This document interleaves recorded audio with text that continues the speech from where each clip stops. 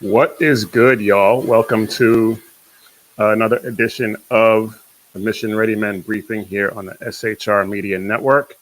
Today is Thursday, February 13th, the year of our Lord, 2025. And we have a ton to get to today, mostly because we got cut short the last time we were together. And I still want to touch on most of that. And then we had a lot of really great stuff happen since. We have Trump's executive orders making all kinds of waves, driving the left bananas. Doge also driving the left bananas.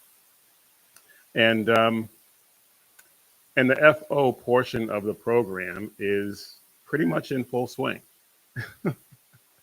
It's what a time to be alive. But yeah, we got all that and more coming up on the show. We may go a little longer than usual because of what happened the last time we were together. But I want to thank you for joining us here on the SHR Media Network.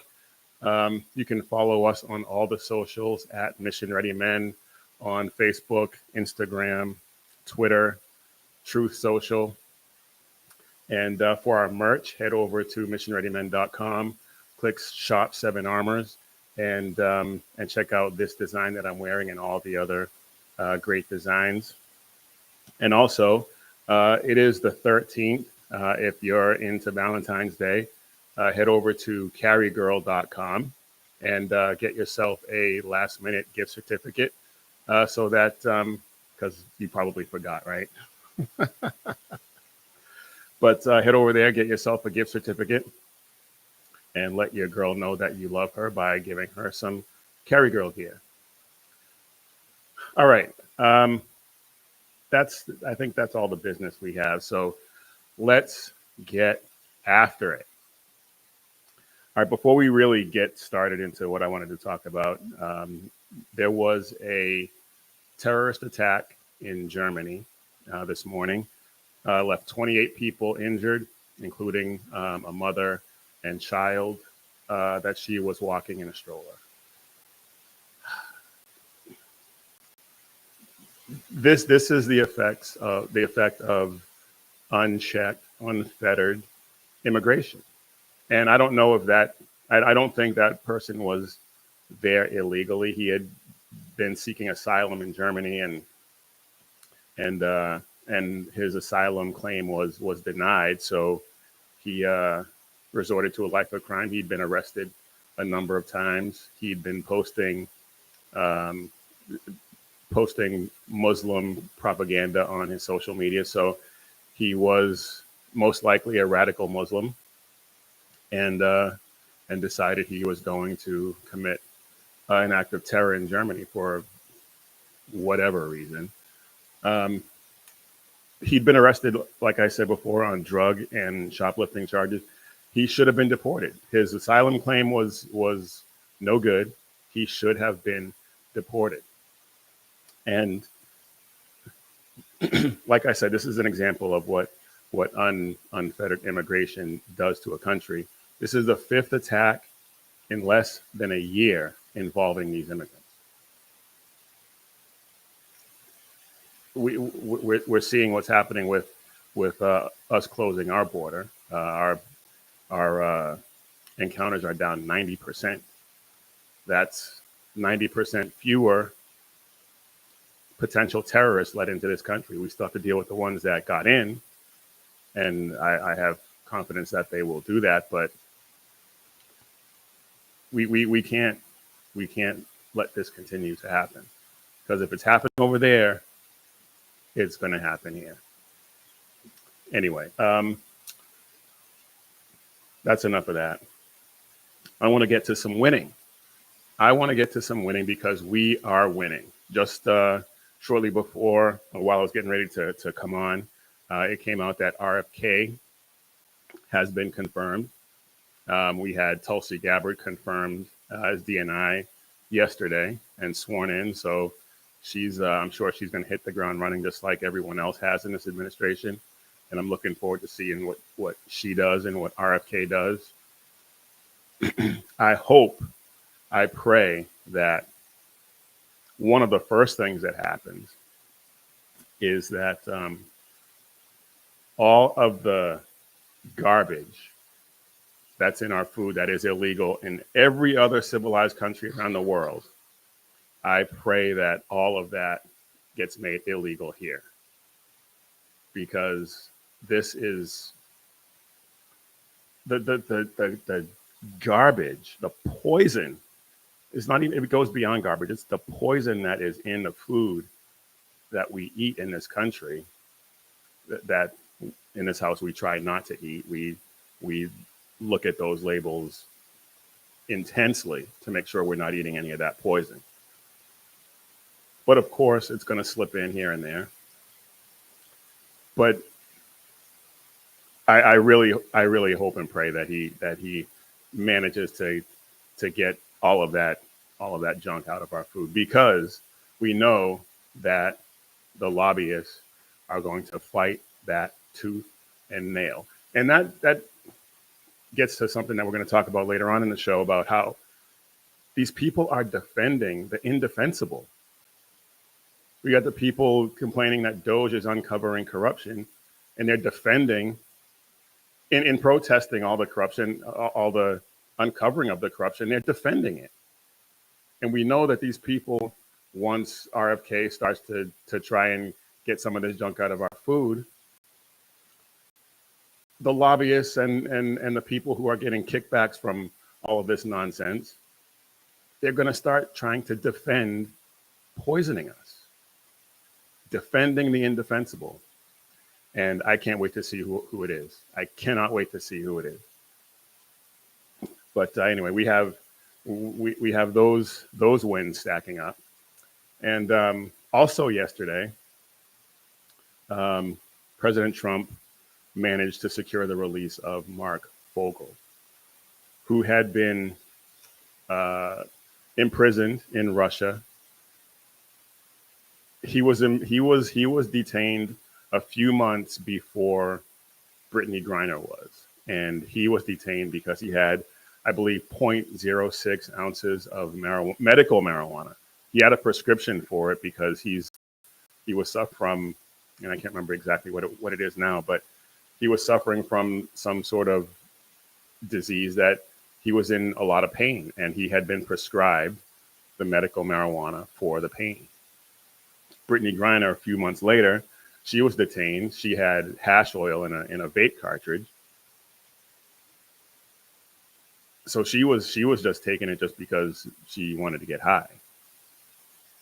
And they ended up getting convicted around the same time for the same crime. He gets 14 years, she gets 9. The Biden administration fights tooth and nail to get her released, and they give up a notorious arms dealer to secure her release, and never even mention Marc Fogel. I have his story in the show notes. Please read it, check it out, because it's ridiculous. And one of the things that really irked me about it is that the Biden administration had 3 years. They had 4 years, I think. They had the entire time they were there to get him out, and they didn't mention it at all. There were a few other prisoners like Brittany Griner and someone else that they just shrugged and said, "Yeah, we'll get to it." And within 3 weeks of winning the election, or getting sworn in the Oval Office, within 3 weeks, President Trump managed to secure his release. And I have a clip here of one of President Trump's spokespeople talking about what it took to get him released. And I just want you to hear what he has to say, because it it sums it up perfectly. And it goes to show that they really just didn't care. They didn't care. But check this out. This is the president's deputy principal secretary. So all gas and no brakes with this current administration. The to-do list was long, and they're crossing things off at a quick pace. Some things are big, but the little things count too, like bringing back plastic straws, renaming the Gulf of America, and keeping men out of women's sports. Most recently, bringing home Pennsylvania school teacher Mark Fogel after more than 3 years spent in a Russian prison. And it's only been 3 weeks, and it's just the beginning. So Principal Deputy White House Press Secretary and Special Assistant to the President, Harrison Fields, joins us now live from the North Lawn of the White House. Good morning, Harrison. Great to see you in front of that iconic building. So let's start with the release of Mark Fogel yesterday. Take a listen to what he and President Trump had to say from the Oval Office right after his return. I feel like the luckiest man on earth right now. I appreciate Steve Witkoff, the job he did, and Marco behind the scenes was unbelievable. And so many of these people were unbelievable. They represent him. They're from his area. And we just wanted to get him back home. So, Harrison, the administration, obviously 3 weeks in, already getting hostages released. And what did it take to get this deal through? And what's next? We hear teasing that there's going to be another release possibly today. Well, good morning to you. And to answer your question, all it took was effort. For 3.5 years, the Biden-Harris administration sat by, let this man in Russia and his family over here desperate to have him back. It took 3 weeks for President Trump to come to the White House and get this deal done easily. I was here this morning. Saw Steve Witkoff in 7 in the morning. He just finished coming back from Russia with an American that was held hostage. Here he is, 7 in the morning, ready to get back at it again. This is what the Trump-Vance administration is about. We are all gas, no brakes. We are making sure we get the job done for the American people. And for Mark Fogel's family, his 90-something-year-old mother gets to see her son again. She thought she would die without seeing her son. This was an amazing day for America. This is exactly who President Trump is, bringing our people back home and making sure that the American spirit is back. Yes, like I said, winning. All it took was effort. All it took was to try to get him home. And within 3 weeks, here we are. And they alluded to it in the beginning of that clip that there were possibly more. And just 24 hours later, he secured the release of 3 people out of Belarus. One of them being an American whose name has not been released that I can see as of yet, which that's kind of interesting, and I'll leave that speculation up to you as to why that might be.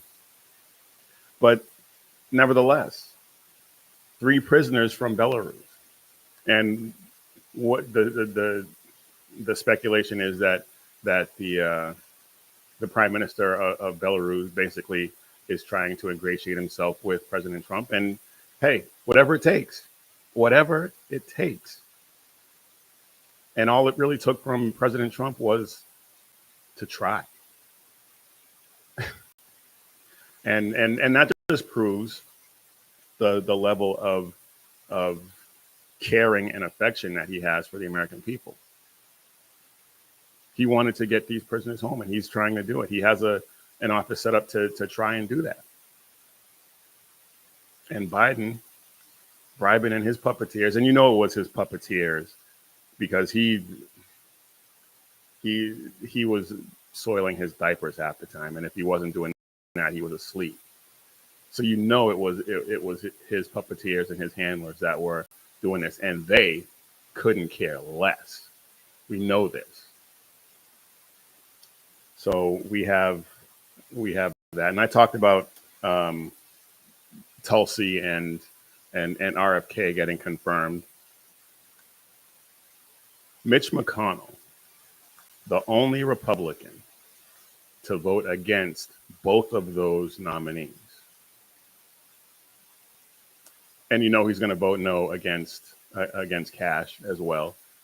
he might vote to pass him out of committee, but then when it comes to final confirmation vote, he's going to vote no, because he can't stand Trump, and he is giving Trump and everyone who voted for him, really. And I've seen people from Kentucky talking about how he does not represent them, and of course we all know that he doesn't. But he's given Trump and his supporters the double barrel middle finger as he slinks off into his hole. And I honestly, I know it's not going to happen, but I just want him to retire now. I want him to retire now. This guy, he's been, and I heard somebody the other day call him Glitch McConnell. And it's really not funny, because it's sad and I'm not going to play the clips of him standing up in front of a microphone trying to give a speech and then just short circuiting.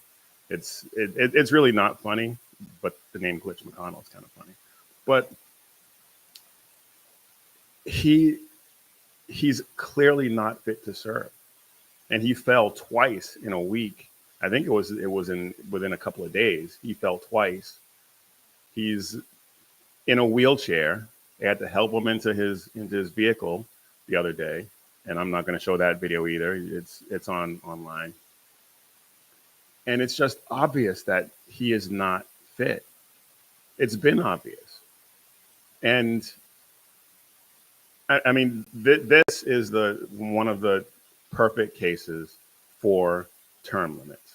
And there was another representative standing up giving us a speech, and he glitched. He claimed it was an adverse reaction to some medication. It wasn't quite as bad as what happened to McConnell, but it was close. It was close, and I think the medication thing is an excuse. It looked like a mini stroke, is what it looked like, just like with McConnell. And so, and then we have Nancy Pelosi falling and breaking her hip, and she looks like a shell of her former self, and that's saying a lot considering how bad she's been looking over the past 10 years. I mean, these people have been in office for decades. Get out. Get out. We don't want you. We don't need you. Perfect cases to illustrate why we need term limits. All right, I want to pivot to well, not really pivot. It's just a slight turn to more winning, because another one of President Trump's executive orders was to ban gender-deluded men from women's sports. And I know it's been a little bit. This was something I was going to talk about on in the last show, but we got cut off. But I really want to want to show us this and talk about this, because it's just mind-blowing that we're even in a place where this has to be an executive order. But again, here we are. And so take a look at this, because this was a really heartwarming and really cute moment for President Trump.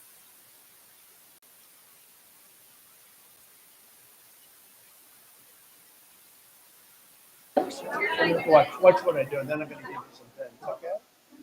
You ready? What a nice picture this is, huh, Governor? Absolutely. You ready? We'll do a good job. Wait, let me press that. I want to make this a really good signature, because this is a big one.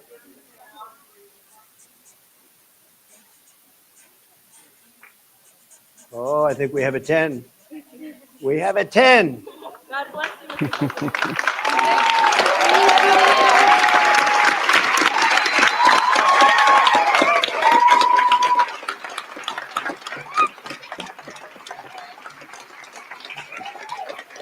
Pretty good, huh? I see that.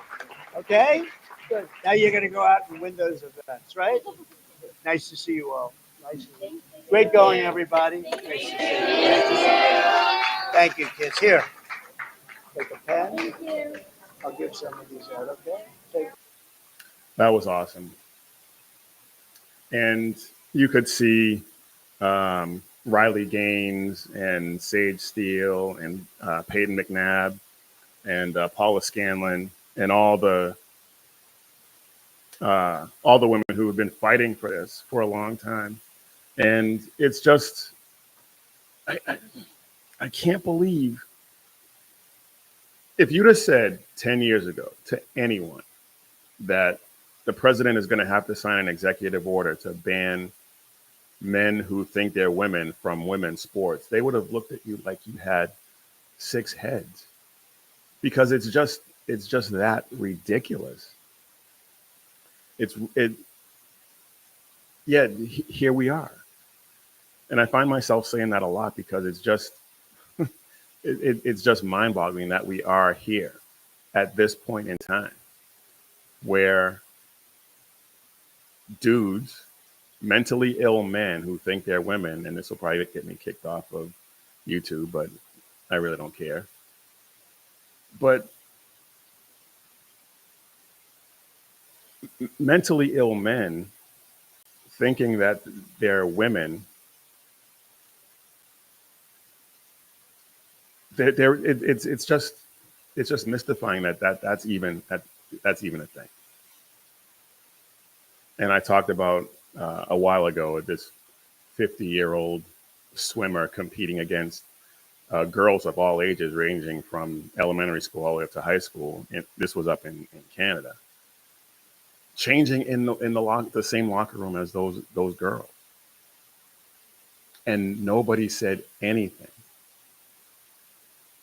And I know that's Canada, so that this executive order wouldn't apply up there. But just to illustrate the point, what happened? I don't know. I really don't know.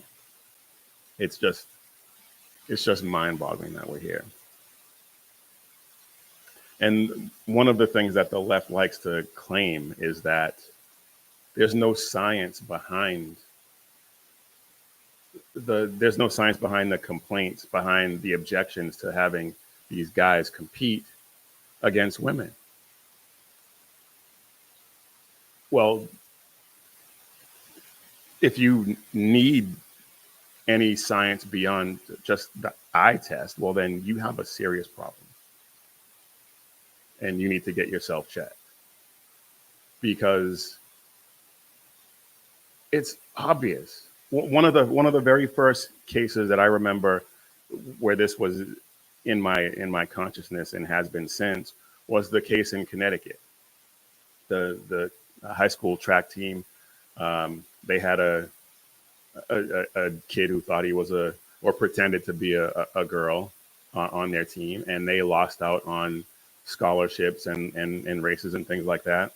And one of them told a story about how her brother, she was a twin, her twin brother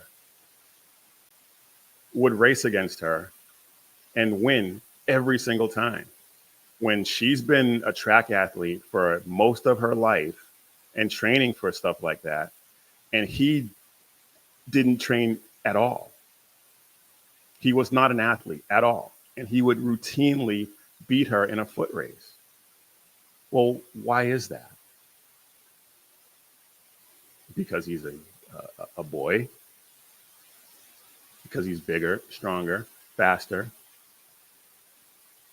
has better lung capacity? Just it's a completely different game. Just like Serena Williams said when they were talking about her playing against Andy Murray, who at the time was #1 ranked tennis player. At the same time she was. And she said point blank, it is a different game. Playing against a professional male tennis player is a completely different game. And women competing against men in any physical endeavor is a completely different game. But there was a study of And I don't remember exactly where this is, but I'm gonna show you here in a second. National Library of Medicine, and this is on PubMed, and I'm going to show you this right here in a second. They talk about how, well, they basically refute that argument that there's no scientific basis, and they come right out and say, yes, there is.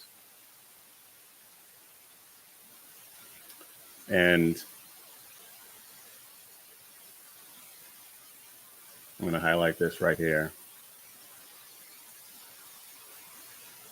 Reported studies show it is difficult to continuously suppress testosterone in transgender women, meaning dudes who think they're women or pretending to be women. Given that the percentage difference between medal placings at the elite level is normally less than 1%. There must be confidence that in elite trans women, gender-diluted men, athlete retains no residual advantage from former testosterone exposure, where the inherent advantage, depending on sport, could be 10 to 30%. Current scientific evidence cannot provide such assurances, and thus, under abiding rulings, the inclusion of trans women, gender-diluted men, in the elite female division needs to be reconsidered for fairness to female-born athletes. Well, there you go. If the eye test isn't good enough for you, there's the science right there. And you can read this entire thing because they go into all the studies and the methodology and all that. And the link to it is in the show notes. You can check that out as well. But it's just madness that we're even at this point where it just makes no sense. It really makes no sense. And of course, we have Minnesota and Governor Tampon Tim. That doesn't even really surprise you, but the high school leagues in Minnesota are ignoring this, and doing the same thing in Maine. Minnesota and Maine are ignoring this order, and even beyond the fact that it's an executive order, when you look at all the injuries that these girls suffer at the hands of these dudes, Peyton McNabb, permanent injuries after getting a volleyball spiked in her head. And I've talked about a number of these other cases. The field hockey player who got her teeth smashed in by a dude playing on the other team. And the basketball team, also in Massachusetts, where the dude on the other team injured so many other players that they had to forfeit the game. And then the ones that were still eligible said, no, we're not playing against him anymore. It's just, it's obvious that they don't care about women and girls. They only care about the feelings of these mentally ill men and boys. Unbelievable. Yet totally believable when it comes from the left. Speaking of banning trannies, this just came through. I saw this morning.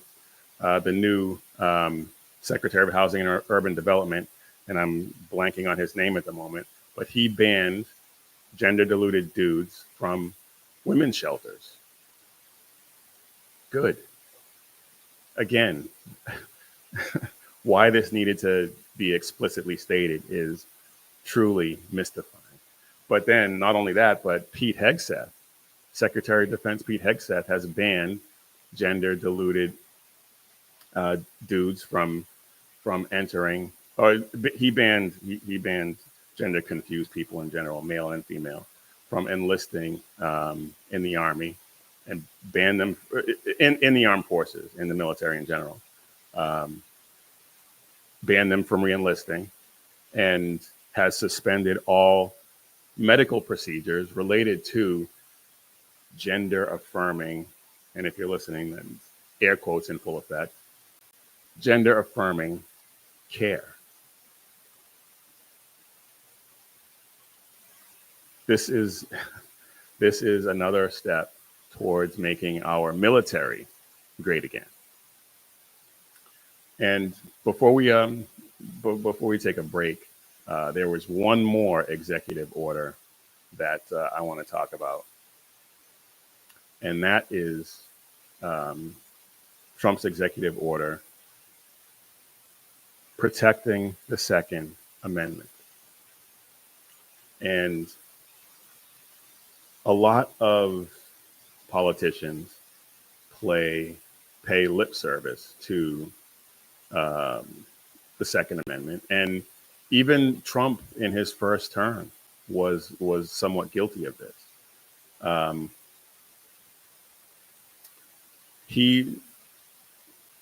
What they do is they like I said, they pay lip service to it. They say therefore the Second Amendment. They say therefore protecting our rights and things like that. But then when push comes to shove, they don't really take any action on that. But President Trump did.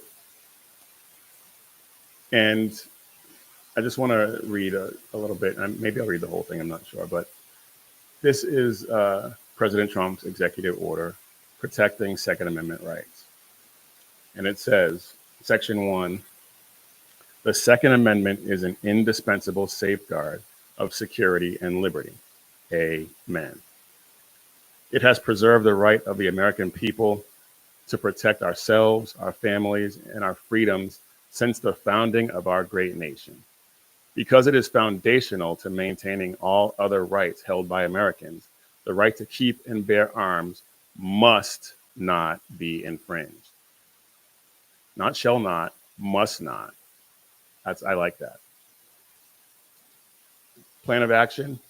Within 30 days of the date of this order, the Attorney General shall examine all orders, regulations, guidance, plans, international agreements, and other actions of executive departments and agencies to assess any ongoing infringements of the Second Amendment rights of our citizens and present a proposed plan of action to the President through the Domestic Policy Advisor to protect the Second Amendment rights of all Americans. In developing such proposed plan of action, the Attorney General shall review at a minimum all presidential and agencies' actions from January 2021 through January 2025 that purport to promote safety but may have infringed on the Second Amendment rights of law-abiding citizens. Rules promulgated by the Department of Justice, included by the Bureau of Alcohol, Tobacco, Firearms, and Explosives from January 2021 through January 2025 pertaining to firearms and or federal firearms licensees. Agencies' plans, orders, and actions regarding the so-called enhanced regulatory enforcement policy pertaining to firearms and or federal firearms licensees. Reports and related documents issued by the White House Office of Gun Violence Prevention, which he disbanded, thank God.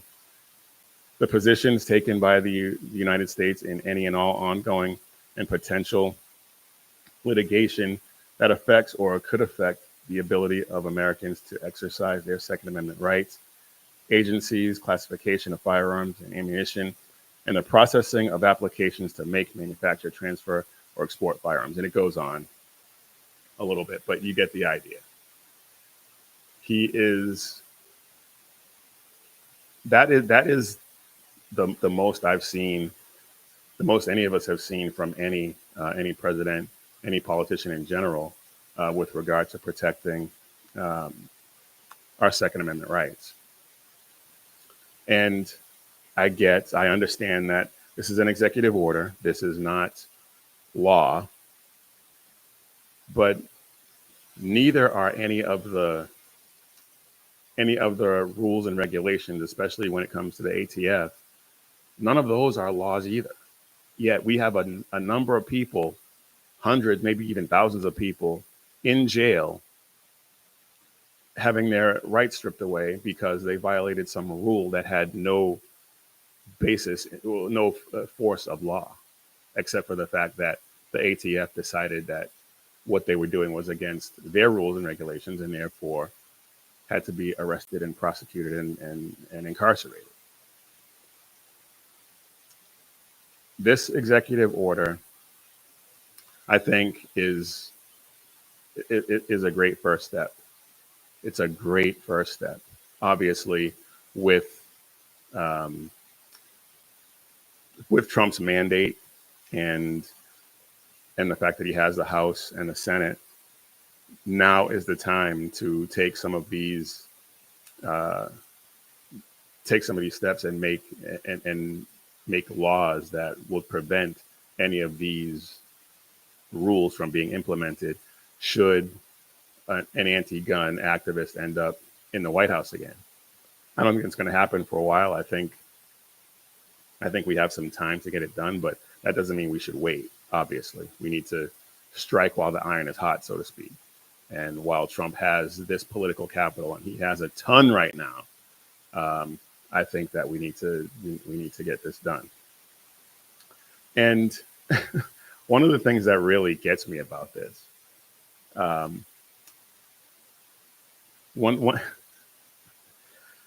left loves to call Trump a fascist. They love to call him a fascist, and I'm working on a piece right now. Either I'm going to write it or I'm going to do a video on it. I'm just working on the research right now about what fascism really means. But they call him a fascist, and yet they're all up in arms about this executive order that acknowledges the constitutional limits of the executive, of the government in general, the executive office in particular. And this executive order reinforces the constitutional amendment, the constitutional amendment that protects and that guarantees the right of the people to protect themselves against fascism,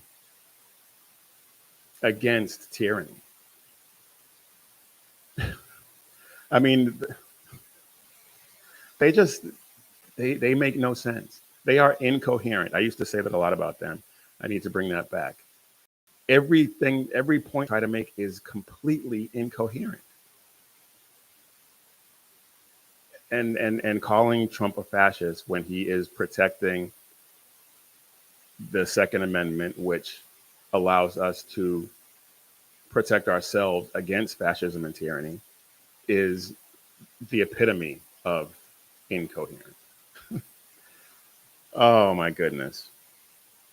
This is going to be this is going to be a great 4 years for us, but a long 4 years for the left. Oh my goodness. And I am here for it. All right. Let's get in a word from our sponsor before we move on, because I want to talk about something that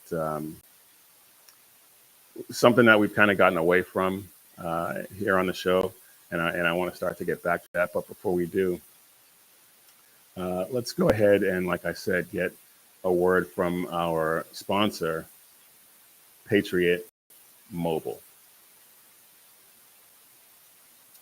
And now more than ever, it is so important to support companies that support us, support companies that share our values, that are passionate about the things that we're passionate about. Because now that Trump is in office, we got to do more than just vote. And Patriot Mobile not only, like I said, shares our values, but they actually have committed themselves to doing something about it. They are America's only Christian conservative wireless carrier. I am so happy that we switched. because it has been an amazing experience. Going from one of the big three to Patriot Mobile is just outstanding. I highly recommend it. But they donate a portion of every dollar of your bill to organizations that fight for causes that you and I care about. They are down on the border helping with the illegal immigration issue and human trafficking. You name it. They're heavy into the pro-life movement. You name it. If it's a conservative value, they are involved. So go ahead and switch to Patriot Mobile now and get a free month of service with the offer code Jackson. Go to patriotmobile.com and use the promo code Jackson, or call 972-PATRIOT and use promo code Jackson. All right, this is the Mission Ready Men briefing. I'm Big E, and we are here on the SHR Media Network, where you can catch Sackhead Sean on the Edge of Liberty every Monday and Wednesday at 8 p.m. Pacific, 11 p.m. Eastern Time. A Reaver of Common Sense with Jersey Joe every Monday and Friday at 9 p.m. Eastern, 6 p.m. Pacific. And BZ on the Berserk Bobcat Saloon every Tuesday and Thursday at 11 p.m. Eastern, 8 p.m. Pacific. So you can go ahead and like and subscribe and share all those guys' great shows, and pray for us all that we have a huge breakthrough this year, so that we can continue to reach people and reach many more people, as many people as we possibly can. And now back to our regularly scheduled programming. I said before the break that I wanted to get back to something that we started off doing and then kind of got away from it because the news cycle has just been bananas. And I wanted to talk about biblical manhood. And that was kind of what this channel started off doing. And then we kind of got away from it. Our mission, so to speak, is equipping men to navigate the challenges of the day, of our society from a biblical perspective. And we've talked about when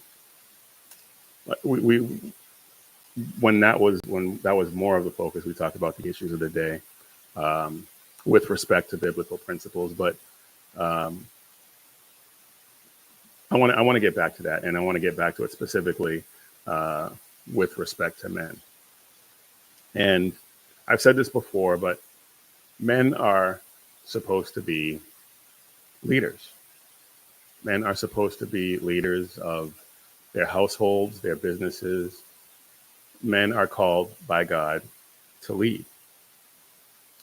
And 1 Corinthians 16:13 Paul lays out exactly how men ought to conduct themselves. Be watchful, stand firm in the faith, act like men, be strong. Let all that you do be done in love. That's 1 Corinthians 16:13 and 14. How do we do this? And how does it tie into current times without getting too preachy, I guess? And I don't know if you can really avoid that, but I will try, because, well, I've been seeing a lot of posts on social media. Social media it's it's been fun. It's been fun these past few weeks, but some of the things that you see on there are just absolutely ridiculous. But anyway, I've been seeing a lot of these posts, a lot of these leftists talking about how, or questioning how Christians can possibly vote for Trump. He's an adulterer. He's He's alleged to have cheated in business and all this other stuff. He's had multiple wives and multiple children by different women, blah, blah, blah. And my response to that is usually the one I use the most with that, depending on the situation, is I didn't vote for him to be my pastor. I didn't vote for him to be my spiritual guide. I didn't vote for him because I thought because I think he is going to shepherd me through life, through a life serving Jesus Christ. That's not why I voted for him. I voted for him to fix all of the stuff that Bribin and his puppeteers broke over the past 4 years. And one of the great things about President Trump that surprises me really is how he seems to be embracing the idea that God saved him that day in Butler, Pennsylvania, from that assassination attempt. And he's embracing the idea that he believes that God has plans for him and how he can bring this country back to him. And I've always believed that since he did survive that attempt. That's what I've always believed. And Trump's been saying the same thing. And it's one thing when he did it at the convention, when it was so close to the event. I mean, he was still wearing the bandage at the convention. And so it's one thing to still be in that mode, but it's been months now and he's still saying the same thing with even more conviction, I think. And so one of the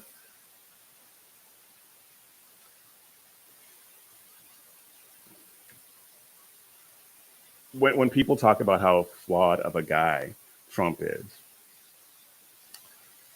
let's not forget biblical leaders like David was an adulterer. He was a murderer.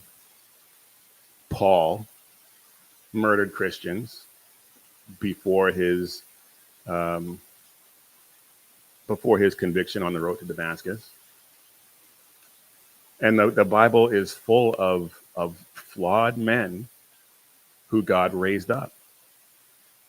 I mean, you could go down the list. You could go down the entire list. And I'm not going to get into all that right now. But with all of Trump's failings, with all of his flaws, he fits right in. He fits right into that biblical leader. And I'm not saying that he is a devout Christian. I'm not saying that he is someone that you should look up to in terms of your faith walk or anything like that. That's not what I'm saying. But I'm saying that in this particular moment in time, I believe that he is the biblical leader that we need. Why do I think that? Biblical leaders, good biblical leaders, do not allow chaos to reign. They don't. And during the Bribin administration, chaos was the rule of the day. If it wasn't chaotic, then they were going to do something to make sure that it became chaotic.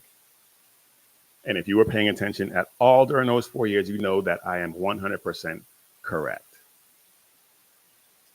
And then after all the chaos, and we're talking about chaos all over the world, not just in this country. We're talking about Ukraine. We're talking about the Middle East. You name it. Chaos started to rule. And Trump steps into office, and almost immediately the chaos subsides. We now have Putin and Zelensky getting ready to sit down and have peace talks. Countries in the Middle East are starting to come together after Trump's declaration that he was going to take over Gaza. They're starting to come together now and figure out how to make that work, which is what I said was going to happen. but y'all didn't listen. Well, I'm sure you did. Anyway, so Trump steps in, chaos subsides. If you, as a man, are presiding over a chaotic business, a chaotic, unhealthy organization, a chaotic or unhealthy, unloving family, then you need to ask God what you need to do to turn that around. Because as I said, a biblical leader doesn't allow chaos to reign in his business, in his home, anywhere. And so crack open that Bible, go to God in prayer about that, and do what you can to with his help to try and resolve that. Because if he can raise up a flawed man like David, if he can raise up a flawed man like Trump to turn this country around, he can use you to turn your family or your business around and get it back on the right track. So, like I said, take it to God in prayer, and understand. Ask him to help you understand your role as a man, and I think then you'll understand if you're having a problem figuring out why Trump is why Christians are so happy that Trump is in office, and we're eager to have him back in office. Take it to God in prayer and ask him to help you with your life, and I think you'll understand. All right, sermon over. And like I said in the beginning, we are going to go a little over because there's a few other things I want to get to, and I don't want to leave them untouched because I it's just too good. The left is apoplectic about Doge. They're one of the biggest things that they're talking about right now in terms of Doge and Elon Musk is they're saying how no one elected Elon Musk, and they those same people had not a peep to say when unelected puppeteers were running the show while Bribin was sleeping and soiling his diapers. Nothing. They had not a word to say. They were saying that Bribin was as sharp as a tack. And those same people, they didn't have a problem when Fauci was dictating policy and telling people they had to wear masks and telling people they had to get jabbed with experimental substances and stay 6 feet apart from each other and stay away from loved ones as they were languishing in hospitals and nursing homes and passing away while you were sitting at home in your mask. Though they didn't have anything to say about that unelected official doing anything. And they're also upset that there are teenagers and young people running Doge, and teenage hackers, whatever they want to call them. But those very same people thought Greta Thunberg thought that we should pay attention to her like her word was gospel. Those same people. The hypocrisy with these people is off the charts. It's remarkable. And one of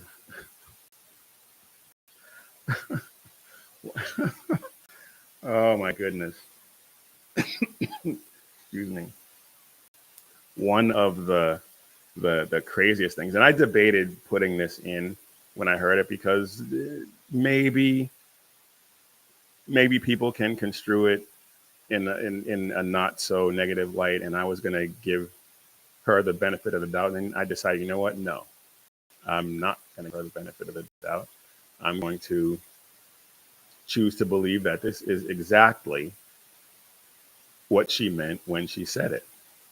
And of course, I'm talking about crazy Auntie Max. And she had, she had, I'm going to call it a Freudian slip. When Musk comes knocking at the This was hilarious. And like I said, I thought about not, thought about giving her the benefit of the doubt, but you know what? Those days are over. Fed's door, you gonna let him in? I don't have anything for you on that. Would you like to tell us, T, that you won't let Doge into the Federal Reserve or have access to the systems and the data? So I don't have any, we've had no, no contact, and I don't really, I have nothing for you to report today on that. Well, you know what happened at Treasury, and you know what happened over at the CFPB, and the people of this country are being violated because all of our privacy is being taken up by Elon Musk and Trump, and we don't know what all they have on us, our bank account. We don't know what all they have on us. So all gas and no brakes. Yeah. She doesn't know what all they have on her. And I'm certain that there is a lot to be had.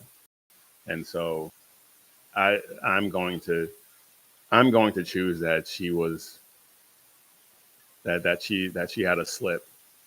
She let the mask slip a little bit. And I'm with the alien mask that she's wearing. Or the predator mask, excuse me. And you can go back through my Twitter feed to find that. It's been a while ago. Maybe I'll post it again just for grins. But these people are so upset that Trump and Elon are looking at this stuff and finding this fraud, waste, and abuse. And instead of at least pretending to be surprised and pretending that they're upset that all of this money is being wasted, they are actually defending the fraud, waste, and abuse by the TDS and the EDS is just, I thought it was bad before, but seeing them defend the indefensible like this is, it goes beyond mind blowing. It goes beyond mystifying. I don't know if I have the vocabulary to accurately express how crazy this is. It's beyond anything I have seen in my entire time covering and paying attention to politics. And so they're defending the indefensible. And what she said right there in terms of we don't know what they have on us. Well, I suspect that a lot of it is going to come out during this review by Doge. And one of the, one of the other things that they're upset about is that Elon is talking about all these things, but there's no evidence. Anderson Cooper talked about that a few days ago, and all the leftist talking heads are saying, well, is he going to show us any evidence? There's been plenty of evidence, plenty. And the Doge website is finally up. And let's go ahead and take a look at that real quick, because that is that is another pretty fascinating thing to take a look at. and it ties into a lot of other things besides this audit. This this is the this isn't the homepage. This is the regulations piece of it, and it has an unconstitutionality index, and it's the number of agency rules created by unelected bureaucrats for each law passed by Congress. And this is just, well, it says just in 2024, but it goes back to 2008, it looks like. And this green represents the law, and the blue represents the number of rules and regulations attendant to these laws. And all you have to do, if you're skeptical about that, all you have to do is look at the Federal Register when it comes to the ATF rules and regulations. The ATF rules and regulations that are put in place on top of the laws that Congress passed is ridiculous. And that's why there's so many people in jail and had their licenses taken away and stuff like that, because they violated these stupid rules, but these rules had nothing to do, well, not had nothing to do, but they didn't break the law that the rule was placed on top of. And go over here to savings. There's no receipts there yet, but there is, if you go to the Doge Twitter page, and I don't know if I have that. No, I don't have the Doge Twitter page up. But the Doge Twitter page goes through, and there are a number of receipts there where you can see the contracts that they've canceled and the value of those contracts. And they posted a few of them at this point now, with savings of millions of dollars. And I'm looking forward to the receipts page coming up on the website where we can see exactly how much was being wasted. He talked about how there were Social Security payments going to people who would be 150 years old if they were still alive. There are billions of dollars of Social Security payments going overseas to people who were never eligible to get that money. And this has been going on for years. It would not surprise me one bit if, when this was all said and done, if the deficit that we're running, which is now at 36, the debt, excuse me, or the deficit, it wouldn't surprise me if it was cut in half by all of this. Once all of this comes to light and all of this money is saved, it would not surprise me one bit if that was cut in half or more. Because this is ridiculous. And the left is defending it. They're defending it.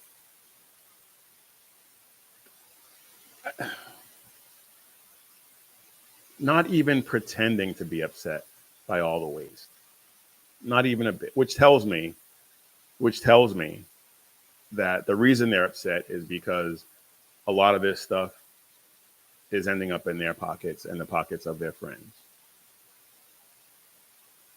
And that's about to get cut off. And they're mad. You know what? I really don't care, Margaret. I really do not care. All right. We are a little bit over, but I still want to get to this.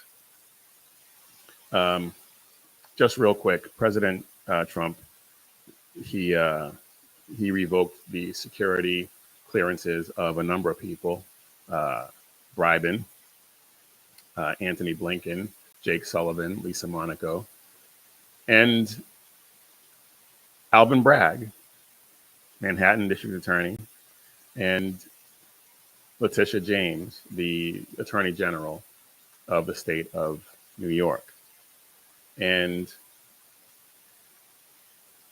this is what I like to call the FO portion of the production, because the FA was running rampant, and now it was running rampant for the past 4 years, and now we're in FO mode, and I'm here for it. And I say that well, let's just take a look, because there's one playing right now that I really hope I get to, but if not, I'll repost it. But Pam Bondi. Well, before we get to that, he revoked those security clearances, and I'm talking about Bribin, Blinken, Sullivan, and Monaco. Bribin proved over the entire 4 years of his presidency that he could not be trusted. He had top secret documents in a garage next to his Corvette. And there were other documents found in his office that was bought and paid for by China. People forget about that. He couldn't be trusted. And now that he's in full-blown dementia mode, allowing him to have security briefings is just ridiculous, because he's probably going to tell Hunter or Jill, and they're going to take that information and turn around and sell it, or write about it, or who knows what, but they'll make money off of it somehow. So revoking that security clearance was the absolute right thing to do. Allowing him to have access to that information was just silly. And Blinken and the rest of them, if they had that kind of access, they've proven that they can't be trusted. They've proven that they will do everything they possibly can to undermine what President Trump is trying to do. So good on him for doing that. But now when it comes to Twinkies, Tish, and the state of New York, Pam Bondi has, and she is going to facilitate the FO portion of the program. She has filed charges or filed civil suit. The left is picking nits about the use of the word charges, whatever. The fact remains that they are going to be held accountable. And here is part of her press conference.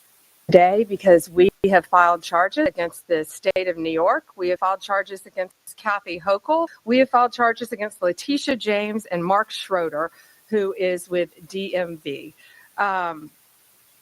This is a new DOJ, and we are taking steps to protect Americans, American citizens, and angel moms, like the mom standing right behind me, who you're going to hear from in a moment. New York has chosen to prioritize illegal aliens over American citizens. It stops today. We're here today because we... Absolutely. Why it started in the first place is beyond me. But Pam Bondi is 100% correct. They have prioritized illegal aliens. They just the other day, they tried to pay $59 million to house illegal aliens in these hotels. Now that payment was stopped. Kristi Noem said that they clawed that money back. Good for them. Good. All these illegal aliens need to go. And everyone who is responsible for bringing them here and housing them and allowing them to be menaces to society, they need to be brought up on charges as well. And this is what Pam Bondi's doing, and I think that is absolutely fantastic. All right, a couple more things. We are a little bit over. A couple more things I wanted to get to.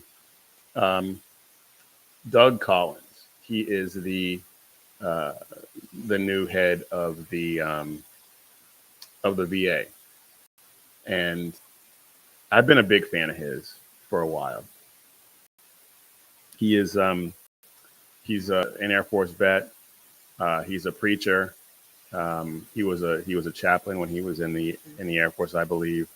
And I've heard him preach a couple of times, and he's great. And he was a great lawmaker. On one hand, I was sorry to see him go, but on the other hand, he'd been there a while, and if I'm for term limits, then he should step down, and I'm glad he did, because now he's the head of the VA. And he put out a video the other day where he just spoke directly to veterans and dispelled some of the rumors that the left has been promulgating. And let's take a look at that video real quick. It's about a minute and a half long, but it's worth it. And if you're not familiar with Doug Collins, I believe he was representative in North Carolina, one of the Carolinas, I believe. I could be wrong, but he's the VA secretary now. So let's take a listen. Hey everybody, it's Doug again. I can't believe it. I've been here about a week, and you know the one thing that hadn't changed about DC? It's the media up here that like to tell you stuff that they want you to believe. I'm going to give you a breakdown. This is how it happens in the media up here. They take a possibility and then they run with a story because they want you to believe it because they got to write something. And frankly, they don't know what to write because right now President Trump is making progress and this administration is doing what it said, making promises and keeping them. But let me tell you one that's right now. There's a one that's going around in the media right now about veterans benefits being cut. I'm the Secretary of VA. I'm going to tell you right now, that's not happening. They can do hypotheticals all they want. I'm telling you about reality. Reality is veterans benefits aren't getting cut. In fact, we're actually giving and improving services in our Veteran Benefits Administration. They're actually clearing cases quicker. We're doing what we're supposed to be doing. There's also this rumor out there that DOJ is out there, is this infamous thing that's going to take personal information and do that. I'm telling you what, we've got DOJ representatives here that are doing what they're supposed to be doing. And that is looking at our contracts, making sure that we have the best run facility for efficiency to make sure the veteran gets the care they need. I'm happy to partner with them to find things that we need to get rid of so that we can put the money where it belongs. You know where that is, back with our veteran. President Trump's hit the ground running. We've hit the ground running. And like I'm saying, if you want to come for the real truth, come to see me. That's what's up. That is what's up. Doug Collins is letting everyone know, he's speaking directly to the veterans, letting them know that he is in charge and that he is looking out for them. And that is great to hear. That is fantastic news. And I'm sure all the veterans who have been dealing with this ridiculousness for years on end, I'm sure that they're happy to hear that message from him. All right. One last quick thing before we get you out of here. This is just this is just funny. This is just I wanted to talk about this before, and it's a little old at this point, but it's still hilarious. And you know, we have this representative from Delaware who is a gender deluded, mentally ill dude, and he's pretending to be a woman in the halls of Congress, and Mary Miller, who is a representative from Indiana, I believe, she introduced him as Mr. McBride, and this is just awesome. Take a look at this. From Delaware, Mr. McBride for 5 minutes. Thank you, Madam Speaker. When I was elected I promise to work with anyone That's who right. would help Delaware That's Mr. and Delawareans. McBride. And to stand anyone who seeks to harm my. Anyway, I don't want to hear what he has to say, but I just thought that was absolutely hilarious. And Mary Miller deserves a hat tip because that was awesome. Truth is now the rule of the day. We're not going to be pretending, tiptoeing around these mentally ill people, pretending that they're women when they're not. We're just not doing it, and good on her for doing that. Good on her for doing that, because he's a dude who grew his hair out and wears makeup. It's that plain and simple. Anyway, folks, that is it. That's all I got for you this time. I will try to do better on the next one. Please remember to hit that like button, subscribe, and share these videos, please, because we want to continue to spread the gospel of Jesus Christ and the message of hope and liberty that he has given us. And we want to spread that to as many people as we can, because we want to preserve what we have for future generations. And also, if you like the shirt I'm wearing, please head over to missionreadymen.com, click Shop 7 Armors, and check out that design and all the other cool designs that we have over there.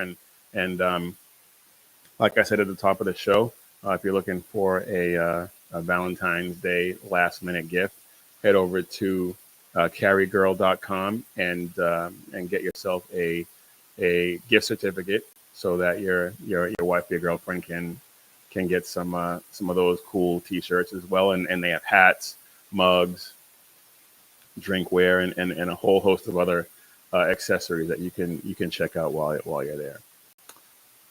But as always, when seconds count, the police are only minutes away, but the Lord is right there with you. So keep your prayers going up and your head on a swivel. God bless.